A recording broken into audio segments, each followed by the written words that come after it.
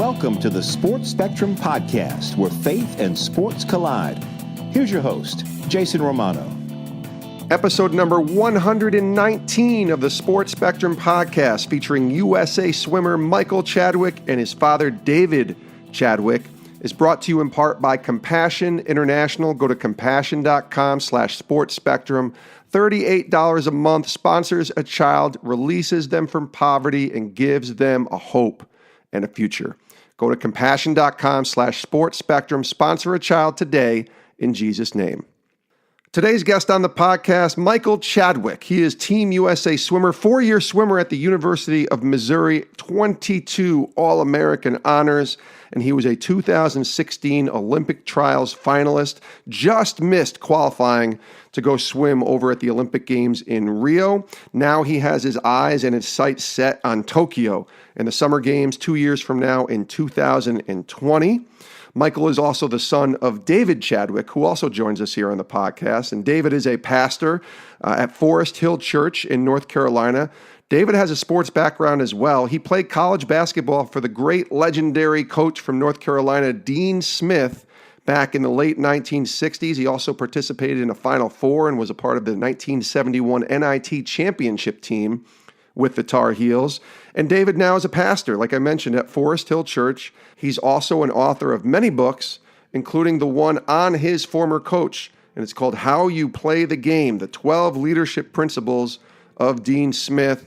And I just really think you guys are going to like this podcast, a father and a son talking about journeying together through sports and, most importantly, through faith. With Father's Day weekend here, as we release this podcast, I just thought it would be really cool to have a father-son come on and talk about their journey together. And I think you guys will really like this. Let's get right to this interview. Without further ado, here he is, Team USA swimmer Michael Chadwick, along with his father, David Chadwick, pastor of Forest Hill Church, right here on the Sports Spectrum Podcast. Michael and David, how are you guys?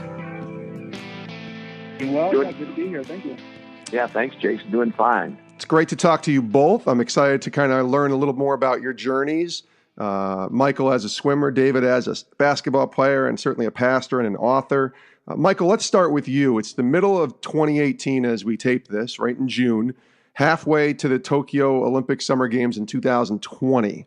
Now, you were an Olympic trials finalist back in 2016. You just missed out on Rio. So tell me about your goals, your hopes to be in Tokyo, and the work you've been doing thus far to prepare for that. So, yeah, it's like you said, we're getting close now, about a month and a half out from the USA Nationals, where I'll be trying to qualify for Pan Pacific Games and also for World Championships next summer.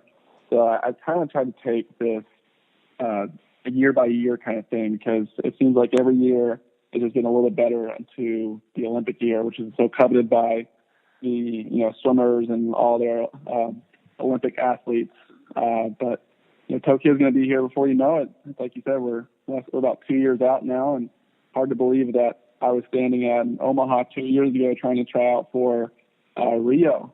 And, it's all part of my journey, and that didn't work out quite the way I wanted to, but it's amazing to look back and see what's come out of that experience of me not making it. And, now I look back and say this is the best place I could possibly be in, especially going into the 2020 games.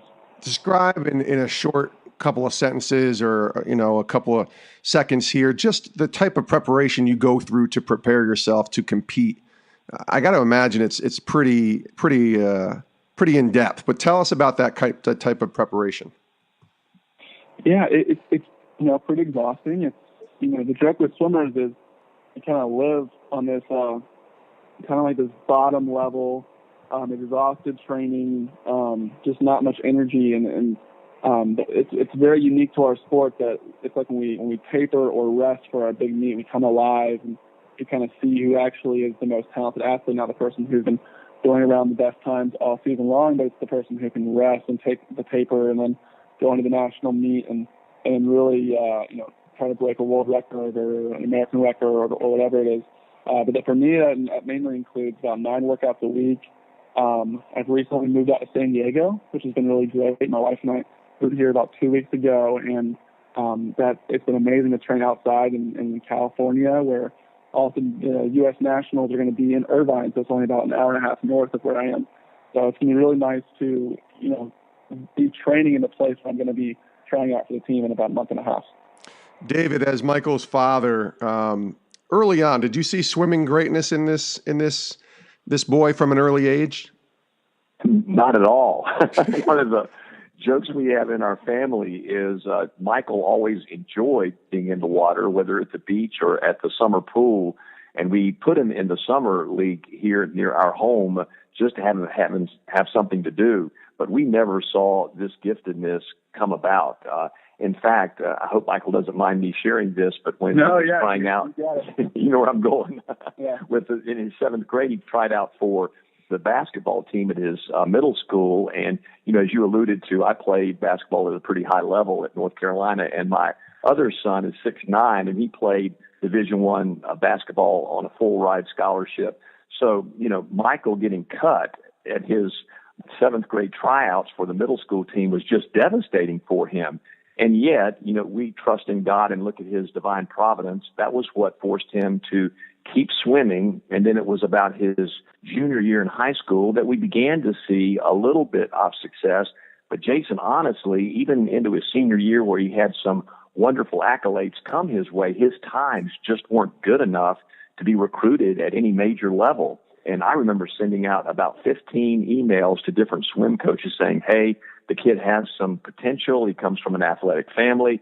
And I got 2 responses, and even those 2 said, but he just doesn't have the collegiate times we're looking for. But Missouri came along at the request of David Marsh, who was SwimMac Carolina's coach then, who's now working with Michael in San Diego. He told Missouri, this kid I think's got potential. So they offered Michael 20%. I remember Michael came downstairs after talking with the coach of Missouri and saying, Dad, I want to accept what they've offered. At least I can say for the rest of my life, I got a swimming scholarship. I don't have to tell people it was only 20%. And of course, Jason, he went there, and between his freshman and sophomore years, just something happened to his body. He just got really good. And then started making the national team and setting records and becoming an All-American. And then he graduated from Missouri as their most decorated swimmer in history with like 23 All-American honors. So he has succeeded beyond anything we could have hoped for, especially as we remember him as a 7, 8, 9, 10, 11-year-old swimmer. So, Michael, was basketball the sport back in the day then? Because obviously your dad playing with UNC, come from a basketball family. Was that the sport you kind of gravitated to early on? I think I wanted it to be. It just didn't come naturally to me. I think for me, I always, there's about a 6-year gap between my brother and I watched his career, and I loved what he did, and I always wanted to be kind of in his footsteps a little bit and follow, like what my dad did and what he did. But I just didn't hit my growth spurt until I was in high school, and I was pretty lanky. I mean, even now, like if I tried to play basketball with my frame now, I'd just get knocked around. Michael, you were very lanky. I mean, when you came out of high school, you were 6'6", 175 pounds. I mean, you could turn sideways and stick out your tongue and look like a zipper. That's generous. It was more like 160 pounds. It was not a frame to be put on the court for sure. And so I think God used that as a way to say, yes, this is not a basketball frame, but it's a swimming frame. And I don't think any of us saw that. So it took a reality check. Like a seventh grade basketball team cut, as much as it hurt, that pretty much ended my basketball career right there. And so, yes, I tried to balance it for a while, and I even thought I was decent at some point. I thought I'd be like a decent shooting guard, but I just wasn't coordinated enough. So, different plans, and I'm very thankful that I did have that back then to put me to where I am now. We're talking to Michael Chadwick, Team USA swimmer, and his dad, David Chadwick, pastor of Forest Hill Church in North Carolina, right here on the Sports Spectrum podcast. David, I got to ask you, as a pastor, I usually ask a lot of people that we interview, what was faith like growing up in your home? I got to imagine as a pastor, faith was a very important thing for you and your kids growing up. But tell us about what it was like when Michael was a child and growing up, and as you were raising him and your 2 other children and being a pastor, and what that was like in the Chadwick family back in the day. Well, Jason, I made a commitment early on that if my family failed, my ministry failed. And so as the church grew, and we started out with 100 people, we're now over 6,000 people on a weekend. I just made a commitment that what was most important was being there with my kids and raising them well. So I tried to create an environment around this home where they knew they were unconditionally loved, but we had parameters. I tried to teach them deep spiritual values that come from the Scripture, and I tried to model for them what faith looks like being lived out. And then in the church world, I gave myself as much as I could to the church, and I just trusted the Lord that He would open any doors He wanted for me to walk through, and then allow the church to be as large as He wanted it to be. But I was just not going to fail as a father. So I committed myself to my wife. I believe that we're going to be married until we both take our dying breath. And I believe also that these 3 kids that God has given us need to be aware of how much I love them. And the proof of that is that I'm available to them in their lives. I practice a principle they know about. I talk about it all the time, that kids spell love T-I-M-E.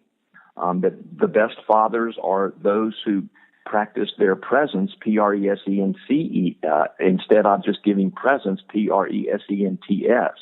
And I think as I have written my kids into my calendar and been at most all of their events, whether it's sports or not, they know that I really care, and I care enough to be there. So I tried to instill faith and values in my kids from a biblical perspective. I tried to place them as the highest priority next to the Lord, and then I lived being there in their lives. And I think all 3 came out real well. I'm proud of all 3. And Michael is just such a great addition to our lives. He came a little later in our lives. He was a surprise to Marilyn and me, but we couldn't have asked for a better son. Michael, from your perspective, growing up with a dad as a pastor, was it tough? Was it hard? Because sometimes I know with my daughter, I'm not a pastor, but I am an elder in my church, and certainly speaking and things like that now.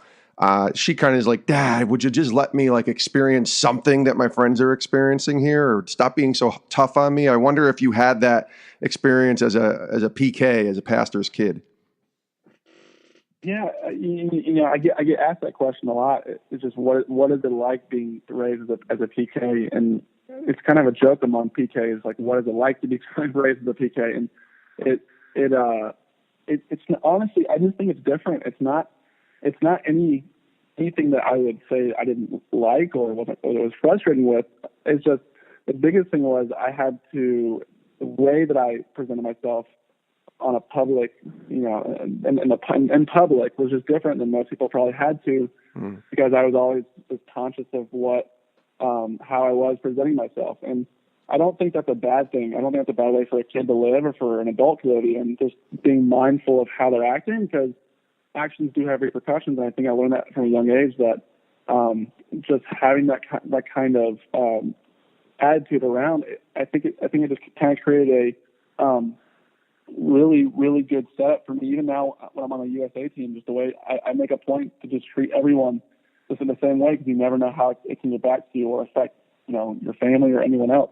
So honestly, I kind of enjoy it in many ways. And I met a lot of people who, because they loved my family, automatically just gravitated toward me, and that's a very unique feeling. And I had a lot of close relationships growing up that I'm really, really thankful for. And even that, when I went to school in Missouri, one of the things I said was one of the reasons why I went so far away from home, was to get out of that kind of realm, so I could foster my faith myself and kind of find out what I actually believe in. Because I do think there is a step that every Christian and also pastor's kid needs to take to make their faith their own. Because I know there was a time and a place where it ultimately hit me like, this is what I believe in, and this is yes, it's been taught to me, but I also full-heartedly believe this, and I want to live this. And so I think there is a step that every person has to take for that. Michael, everybody goes through trials, and everybody goes through, times that maybe they not necessarily question the Lord or deny Him, but they just kind of they're in a funk. And I wonder for you if that experience ever took place when you went to Missouri and you were away for the first time, and not in the confines of a home or having a pastor and a dad there to turn to. Obviously, you can call him. But I wonder what that was like for you going to college spiritually. Obviously, your dad described in a beautiful way how you developed, and you described how you developed into a swimmer in college. But really what that was like spiritually and just personally for you being away for the first time. It it was hard, but freshman and sophomore year, honestly, I worked so hard that swimming success kind of came naturally to me, which was a first, because in high school that's just not how it came. And it was almost like every time I swam, I went faster. And so from a spiritual standpoint, I don't know if I really had to lean into it too much, because everything felt I was so complacent that I didn't really feel that kind of like my spiritual foundation was being rocked.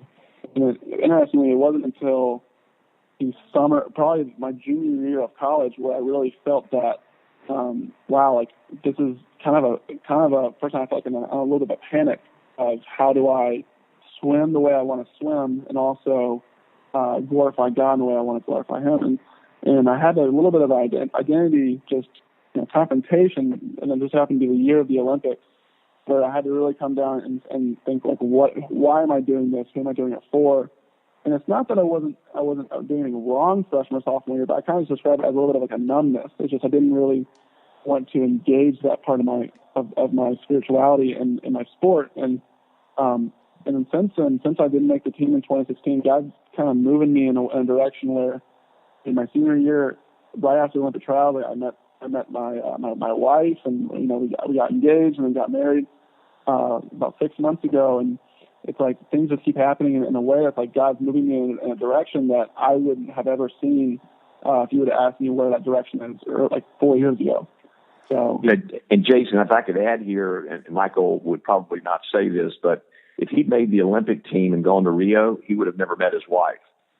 He went back to Missouri after that real painful failure, and it was at a party when he went back to Missouri that he met Cassie, and they fell in love. And we look at the timeline, and there's just no way if he made the team that he would have ever met her and gotten married. So there's a bigger plan that God's overseeing, and we trust Him in it. That's a great point. Plans for a hope in the future is what comes to my mind from Jeremiah 29, of course. And David, I want to ask you about your playing career a little bit, because I know you wrote a book. It's How You Play the Game, the 12 Leadership Principles of Dean Smith. Dean Smith, of course, the legendary basketball coach at the University of North Carolina, who has since passed on. And I just wonder what that time was like for you, playing at a storied franchise like North Carolina in the 60s, and what basketball was like, what that moment was like, and what Coach Smith was like. Well, those days were fond remembrances for me. Basketball was really a big deal even then. And Coach Smith was at the nascence of his success. He had recruited a great recruiting class 2 years before me, and then brought in a guy by the name of Charlie Scott the year before me. Oh, yeah. And Charlie was an All-American and the first African-American athlete in Chapel Hill. And that was a complete desire of Coach Smith, was to integrate the University of North Carolina athletic system. So he purposely brought in Charlie, but he was also a great player. So I was able to be a part of a Final Four team in 1969. And then we won the NIT championship in 1971, back when it was still very prestigious. And I think we saw Coach Smith's career just beginning to get better and better and better. At that time, no one understood that he would be a Hall of Famer, but he certainly became such. Jason, he's passed on, and I'm sure he's with the Lord. I'm absolutely convinced he is, because he loved Him and served Him, gave away more money to the poor than we can possibly imagine. He was just a man of great principles. In the book I wrote, It's How You Play the Game, are the 12 leadership principles I learned from him and practiced myself in my own leadership. He influenced my life incredibly. I still use those principles every single day in leadership, and I can't begin to imagine what my life would be like without those years under Coach Smith. And as the years have gone by, and we continually have all of these reunions in Chapel Hill of all of the players who played there, I poke out my chest in great pride knowing I played there, but also just thank the good Lord for allowing me the privilege of having a full ride there, but mostly playing under Coach Smith. David, you talked about the principles. Give us a few of those. Maybe, I know there's 12 that you wrote about in that book, but give us a few of those principles that you feel are just important, maybe for just our listeners, our audience, to know about, and how you've instilled them into your life. And maybe even Michael can chime in on the back end about some of those principles that he's been able to instill in his own life. Sure. Well, the first one would be the team's more important than the individual. He emphasized that over and over again. There are things that basketball players do today that they don't even know that it was Coach Smith who introduced those things. For example, if somebody dives on the floor for a loose ball, you've got to go help that person up. If you don't do it and Coach Smith sees it, the next day the whole team has to run. Another one is that when you score a basket, you've got to point to the person who gives you the pass to thank them for giving up their ball to you for you to get the accolades. Coach Smith knew that point guards who sacrifice assists don't get the credit like guys who score do. So he made sure that that was a practice we did. If he saw us not doing that in a game, the next day the team had to run in its entirety. He just knew the importance of doing that kind of thing. And you see that as a part of today's basketball prowess all over the world. You know, people helping guys who drive on the floor for loose balls, guys pointing to people who give them the pass. You know, just recently watching Kevin Durant score several baskets in the NBA Finals, the immediate thing he did was point to the person who gave him the pass. And he doesn't know, but Coach Smith was the one who introduced that back in the early 1960s. So that would be a main one that would come to me. The team's more important than the individual. Another one would be make failure your friend. A lot of people don't realize that Dean Smith was hung in effigy not once but twice by the student body in 1963 because he wasn't winning the games they wanted him to win. But Coach Smith really realized that failure is not the final word. Failure is simply a way to learn how not to do something. So he gave himself to the Lord anew when that second hanging in effigy occurred. He practiced what he called the prayer of relinquishment. He gave it to the Lord and he said, I'm going to focus on the process of coaching the right way. I'm going to trust the Lord with the outcome. And that was a turning point for his life. And he taught all of us that when we make a mistake, to admit it, own up to it, quit it, don't do it again, but then forget it and move on as you've learned your lesson. And that's another chapter in the book that just means a lot to me. And those are biblical principles too, right, Michael, that you can kind of take with you. What did you see here in those principles and being able to instill them into your own life, your own journey, and certainly with swimming? Yeah, absolutely. I think acknowledgement is a huge thing as well. For me, there's a certain level of gratitude that I've learned how to kind of instill in what I've been doing. More and more, every tier I've kind of reached, it's becoming more apparent just how much of a blessing what I am able to do is. It's taking me around the world. The fact that I just swim across the pool and how simple that is has taken me around the world, and it's so amazing how God can use something so simple to reach so many different people. So in that sense, I want to make sure I acknowledge everyone who has been on this path with me, whether it's a coach or a parent or, my wife or friends or whoever. There's been some people on the journey. But not only that, there's also, what you're talking about with learning from failure. I mean, gosh, I gave a little talk a couple months ago to a group of people about how failure really is how you learn. And it really is biblical in that God puts us through fire so that we can be reformed and to go forward with new lesson and newfound light. And this has become apparent to me over and over and over again. And especially in a sport like swimming, you really are failing most of the year because you're not rested, you're tired, you're not prepared for those little meets. But you do know that you're preparing for the big meet. And what's hard is when that big meet doesn't go the way you want to. There's two ways you can go, and you can either, let it affect you and quit, or you can, like my dad said, just forget it and learn from it and move forward. And that's kind of what I've had to do the past few years. And it's funny, my dad and I were actually just talking about this. But even last night, I was in Santa Clara, California for a Grand Prix.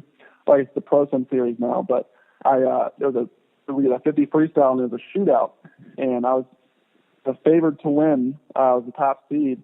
And each 50, it's kind of a shootout style. So it's 8, and then you swim, and it's the 4, and you swim, and it's the bottom 2. And I didn't even make it past the top 8 because I just thought I was so safe that I kind of took it easy after the first round. And there, all the guys around me are trying their hardest to make it through just the first round, and I missed it. And I missed it by 3/100ths of a second. And I was pretty embarrassed, and got up and walked around the pool deck, and people are kind of like, wow, how does that happen? And it took me a few hours, but I realized that is a lesson that I'm going to learn for a long time, that you have to be gracious even in those little moments, that I can't take anything for granted. And every single time I get in the water is a blessing. I got to use it to my full ability. David, we're taping this interview, right before Father's Day. It'll be released a couple days before Father's Day, and certainly people will listen to it after Father's Day. But I think it's important. Our audience has a lot of dads listening. So I want you to talk to the dad listening to this podcast that has a son. Maybe they're around 14 or so, maybe even a little younger than Michael, and how they can be there for their son, encouraging them, walking them through these next few years, not just as a person and as a man, but maybe through a battle in terms of the sports world and what that looks like. Let's just talk to the dads who have kids that are in that teen years and what it's been like for you to be a dad, obviously to 3 kids, not just Michael, and talk to those, encourage them if you would. Well, Jason, what I would say to every dad listening is, first of all, you are called to be your kid's dad, not their coach. I learned that the hard way, but I did learn it. And with David and Michael especially, who both experienced sports at a high level, when I'm with them, especially after a meet or a game, my job's just to be a dad, to be there, to listen, to care. And if they want to ask me questions about how they swam or how they play basketball, I'll give my input. I'll do it in a loving way. But I know that my primary job is just to be there and listen. And when you get in the car after the meet or the game, your first question should be, how you doing? How's your heart? Not anything to do with the meet or the game or whatever. Just care for your kid. The other thing, Jason, I would say is remember that Jesus, in his march toward the cross, had 2 different encounters where he heard the voice of his Father in heaven. And that voice said several things. First of all, you are my beloved Son, and then you are my beloved Son in whom I'm well pleased. And then he also said in Luke's gospel, you are my chosen one.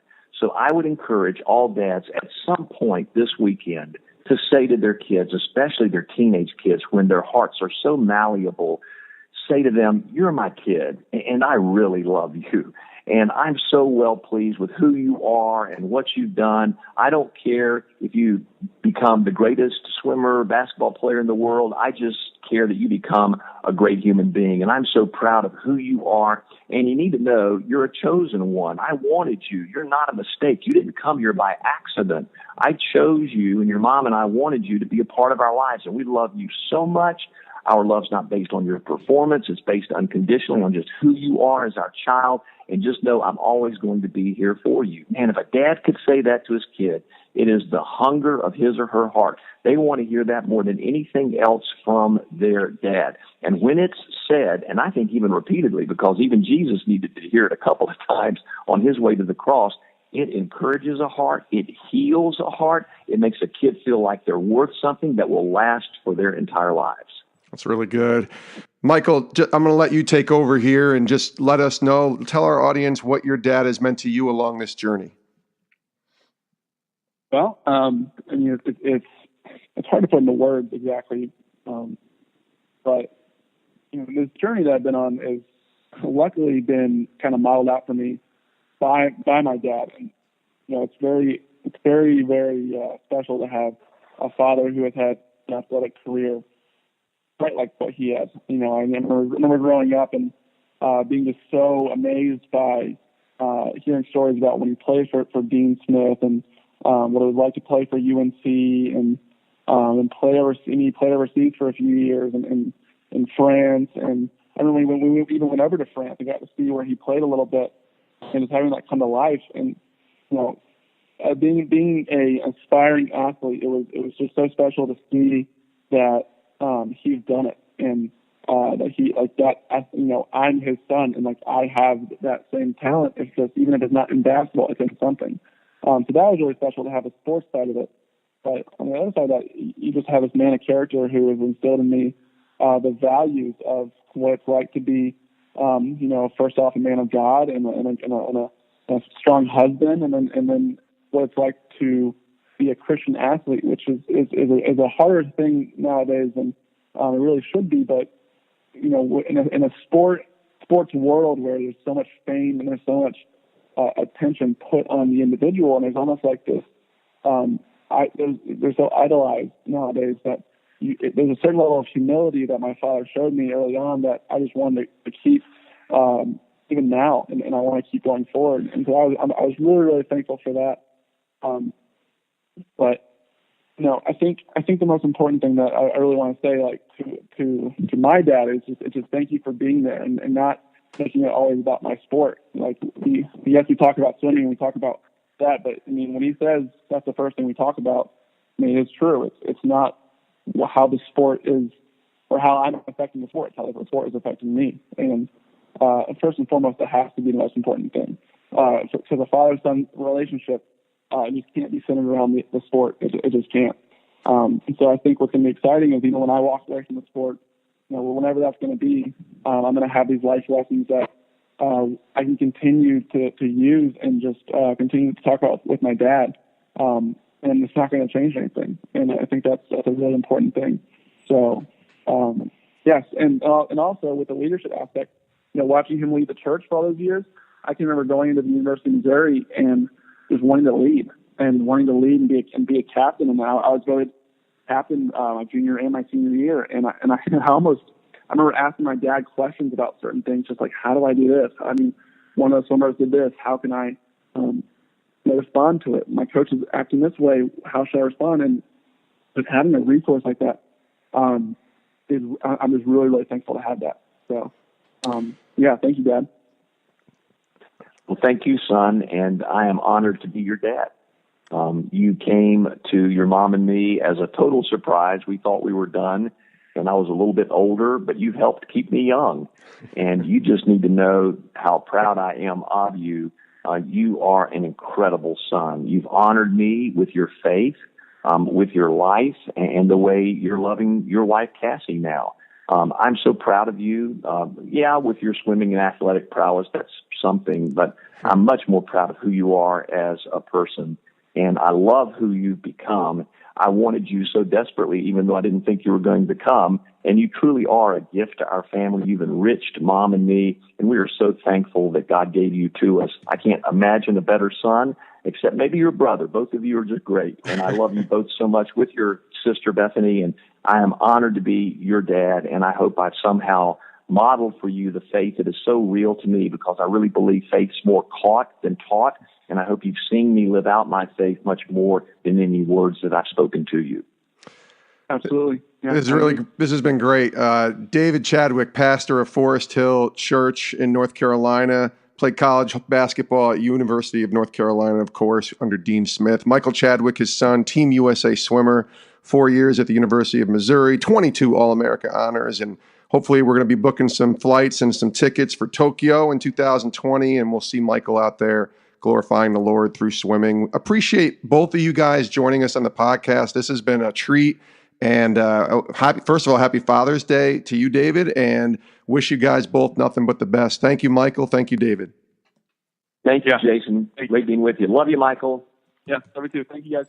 And we do thank Michael Chadwick, Team USA swimmer, and his father, David Chadwick, the pastor of Forest Hill Church, and of course, basketball player for the legendary Dean Smith at the University of North Carolina. We thank Michael and David for joining us here on the podcast. Grateful for them.